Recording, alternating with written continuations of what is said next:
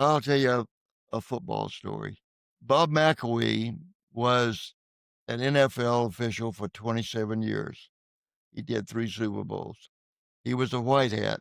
When I announced to the class I was going to do the stories, Bob called me. He said, "Jimmy, would you like to have some stories for the NFL?" I said, "Bob, I'd love to have them." And so he sent me some stories. And my favorite is this one. He said that as a white hat and the head referee, he said, my job was to stand behind the quarterback. And if you watch football, you always see the white hat is standing just a few paces on the right hand side of the quarterback.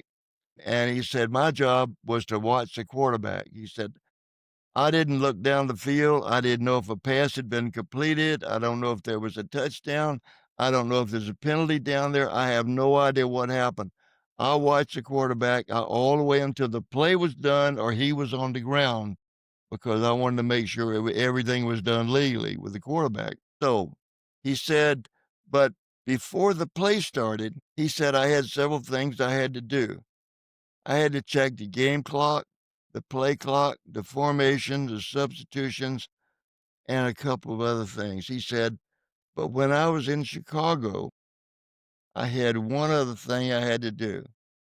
I had to reach around to my back pocket and check to see if my penalty flag was there.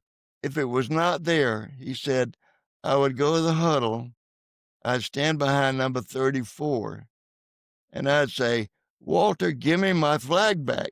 And Peyton would take the flag from under his jersey and give it to him.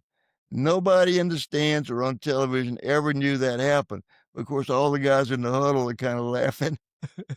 That's Walter Payton, number Walter 34, Payton, Chicago he was Bears. there are a couple of stories in the book about him and what he did, but he liked to have fun on the football field. They called him Sweetness. And of course, there's an award given in his name now. Who's the nicest guy in the NFL that everybody admires, and that's given in his name because he was such a wonderful, wonderful person.